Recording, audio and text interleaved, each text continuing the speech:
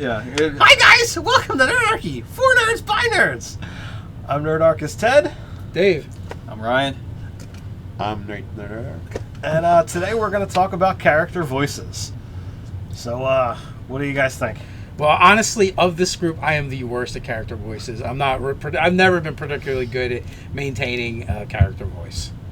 Yeah. It just starts to shift and change and veer off. Well, sometimes like the hard thing of like, you know, after hours and hours of a game going on and you're paying attention to plot and this and that, like, yeah, sometimes you and switching from character to character too. If you have a lot of characters you're dealing with throughout a session. As DM a DM versus player, yeah. As a DM, it's a lot harder unless it's like a specifically, this is a one and done encounter, and you can come back to it later. But for the evening, that's it. You're taken care of. Yeah, but I feel like it's more memorable and important as the DM because let's face it, the NPC that you interact with on the regular kind of deal. Yeah, when you get involved with a group, when you get involved with a session, and you have a DM that's really good at doing that stuff and does it often, like Fistful of Dice, Mass Click. He's that awesome guy at does it. some great, yeah. He's Click awesome does at it, great accents. and so is Barker. From Be a Better Gamemaster. Those guys are really amazing at doing voices, and you know, especially Fistful of Dice. That guy just stays in character for his games. If you watch his Provokers series that's going on right now, so like I am nowhere near that level. That definitely in my GMing, that's not one of my strengths. So you try to diminish, you kind of shy away from your weaknesses. Well, but, you know. So you also have the accent and the way of talking, and then you have the Mannerisms. The mannerisms. So the cadence of maybe speech. they have a twitch, or maybe they always roll their right shoulder or left shoulder. So you're kind of always like in that like a mannerism, or maybe they're hunched over all the time, or they speak softly. So fast. One of the things that I do, or at least I try to do, is I narrate it. So like if there's something going on with their voice that I don't feel comfortable with or confident enough to emulate, I'll just do the narration of it. Yeah, like I'm generally not going to try to do like a female voice. Like I can't hit the high pitched ranges and this and that. Like, and it's just like in the campaign I ran the other day, there was a sentient mushroom that started singing, and one of the players wanted to know what it sounded like, and I knew I wasn't going to be able to duplicate it. He did not want to burst into song. So, yeah. Well, he just basically said it started singing. You know, and I'm like, all right, well, let's just go along with it. Right, yeah, and so you know, SR2 Joker, Andrew Knapp's like, well, what's it sound like, Dave? Mm-hmm. I'm like, well, it kind of sounds high pitched, you know, as if you were to kick a Smurf in the nuts. Exactly like that. So, yeah, you guys got the gist. Yeah. You know, for me, when it comes to character voices, either as a player or a DM, I have to feel it. You know, it's got to feel natural, and when it just hits, I can just do it. The majority of my PCs and NPC characters, most of them just don't get a special voice. This is what you hear. This is what they do. Or they all sound like Griswold. Well, if they're a blacksmith, what can I do for you? That's the Griswold template. It just gets turned on. There are certain like voices that you keep in your back pocket to do, like the Sean Connery. Or I can't even think of anything else right now. But most people that roleplay have a Griswold or a Sean Connery in their back pocket. So like I said, I have to feel it, and when I've got it, I can just go to that. You know, Dave ran a game yesterday online. I played a gnome. It was hysterical. There was a singing mushroom that he was carrying around. Utterly fantastic. But I was able to do a gnome voice. I managed to talk quickly and do the high pitched voice. And hilarity ensued. In the game that I ran last weekend, there was, or whenever it was, there was this creepy old lady in a crazy item shop, and I gave her a voice. And, people said, hey, that was cool. But beyond that, I can't tell you the last time I actually spun a voice for a specific character. Yeah. And to get into, like, where it gets into like awkward territory. So when we did the Andrew Knapp's Meat Grinder, the Planescape thing, and I had this character concept before we got into this game. I knew the voice I was going to roll with, right? So it was Brimstone, the Tiefling Necromancer, who his full title is Brimstone, the Red Necromancer. He was a redneck, like, so I did like this sort of southern drawl, like, didn't he wear voice. Like overalls? Yeah, like an overall robe sort of thing, like, like there was like there was overalls, but there was like a hood going on and stuff like that. Apparently now he's become part of the like one mining company because that's Chaos Prospectors. Yeah, Chaos Prospectors because that's just cool. So as long as they don't mind having a necromancer in their midst. But yeah, so I decided this character was going to have a redneck voice when I made him. And then we played the meat grinder, and there was a woman that was from Oklahoma, which they have like the southern sort of twang, and like it was basically the way she naturally spoke was what I was going for with my character, and I had the decision: am I going to do my character or not? And I just went with it and did my character, and I'm just like, I wonder if I offended that lady, like because it's the same thing like.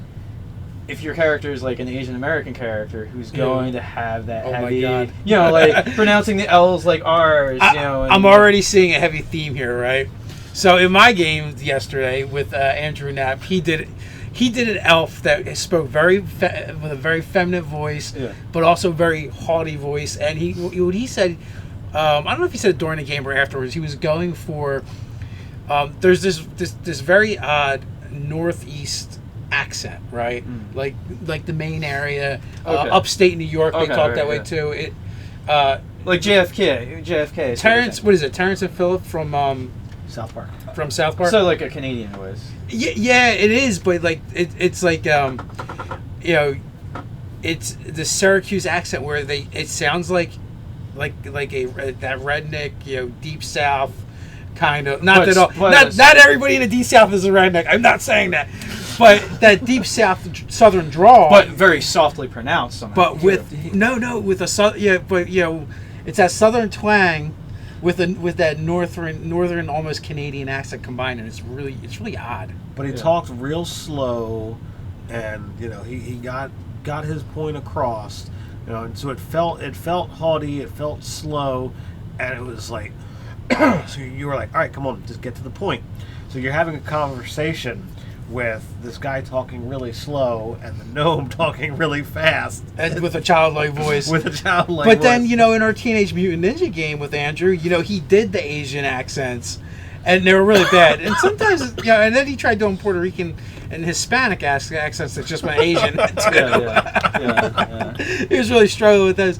But, but the fact that he's able to even do that, to me, blows my mind, because I suck at accents. Well, I mean, so playing ethnicities other than your own, it gets into the problem of potential parody. I mean, on the other hand, too, like, if you're doing it privately, your game, like, you're in your own home, and, like, nobody's going to see it. We broadcast what we do, so, like, we're open to criticism and ridicule and whatever is going to happen. Mm-hmm.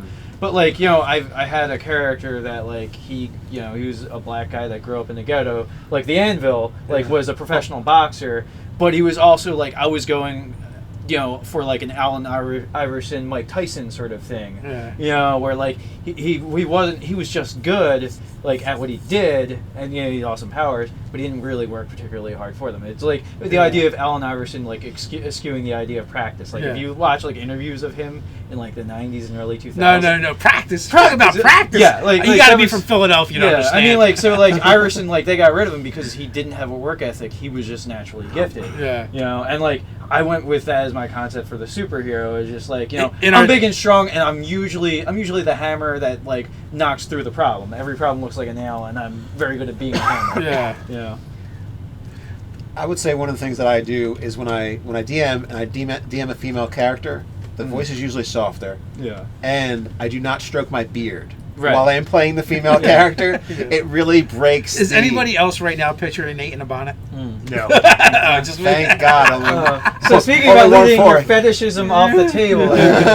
Yeah. So what about you? If you've got a beard and you're playing a female character, don't stroke it.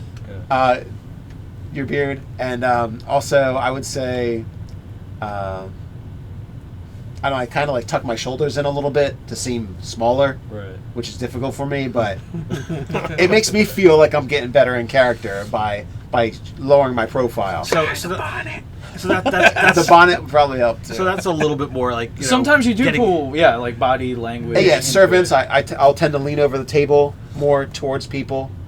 not look them in the eye while I talk to them. Those kind of things that a servant would most likely do. So if you aren't a voices kind of person, or even if you are doing mannerisms, and Body things language like will that, go a long way. absolutely, and it not only helps you get and stay in character, but it convinces everyone else at the table, almost subconsciously, as to what's going on. And a little bit of the pantomime, like I'm not talking LARP here, but if you're a character that makes like big broad strokes and actions, like your bravado character, like Ace Zenith, my paladin of the Silver Flame, like he's a egotistical jerk, but he's like so he's like over the top, bombastic, and everything he does is like big broad broad action. So like I probably should do more where I'm like flailing my arm out or whatever as I do. Oh, he's over there. Yeah. I was basically jumping up and down in my chair during the one conversation. Yeah, you seemed energetic.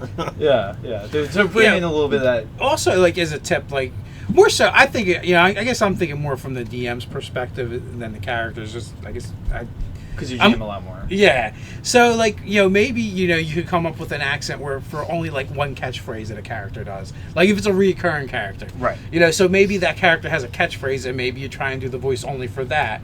There's things like that to help, bring out the character. There's little things like you can talk through your nose or you can talk in a mumble, or something like that. You can talk softer, louder, faster. Like all those cadency sort of things are ways to pull it off too.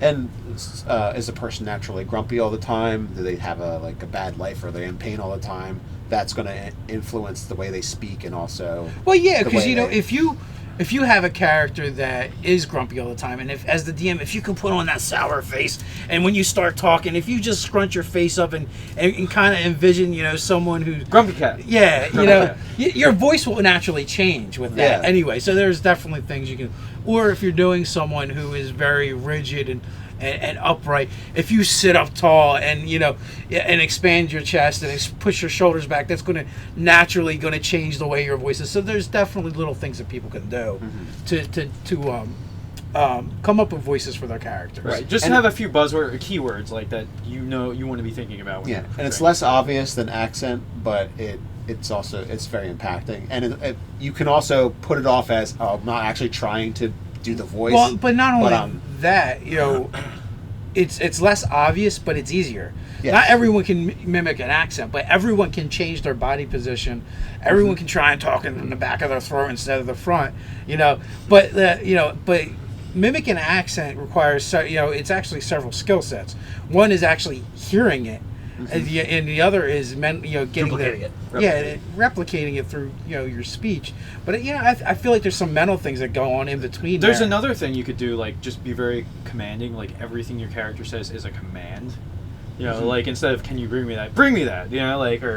So instead of the like person that doesn't ask questions, right. Well, or you could go the other way too. Like you said, just inflection. What if it's a timid character? Bring me that. You can make commands in the questions. Add stutters. To show the lack of confidence. Could you get that for me? All those type of things tend to give you more options for your character. So options. Basically options for playing different types of characters. Yeah, I usually think of like different characters from movies. I'm like, hey, can I I was thinking of like some of the characters from like House of the Thousand Corpses for Brimstone, the Redneck Romancer. Because they're basically like this crazy cannibal family that they're like redneckish. Yeah. Well, so really, it's just thinking about the mindset of the character and what is it going to take, to be in that. And sometimes if you can get there, you don't even have to think about, well, what voice do I have to do? You're just there. My gnome, I decided he doesn't have an inner monologue. He just says, okay, well, whatever thought pops in his head, he's just going to say it. Which is why when we came upon the mushroom, he was like, well, can I eat it? And the mushroom. Well, no, you said, can I eat? And he's like, ah! And I never heard what you were saying after that. And it was a contemplative question because he's actually got an 18 intelligence. He's very smart. So it was what is the situation here? Gnomes normally would eat mushrooms because they're foresty people, but this one can talk. So what does that mean?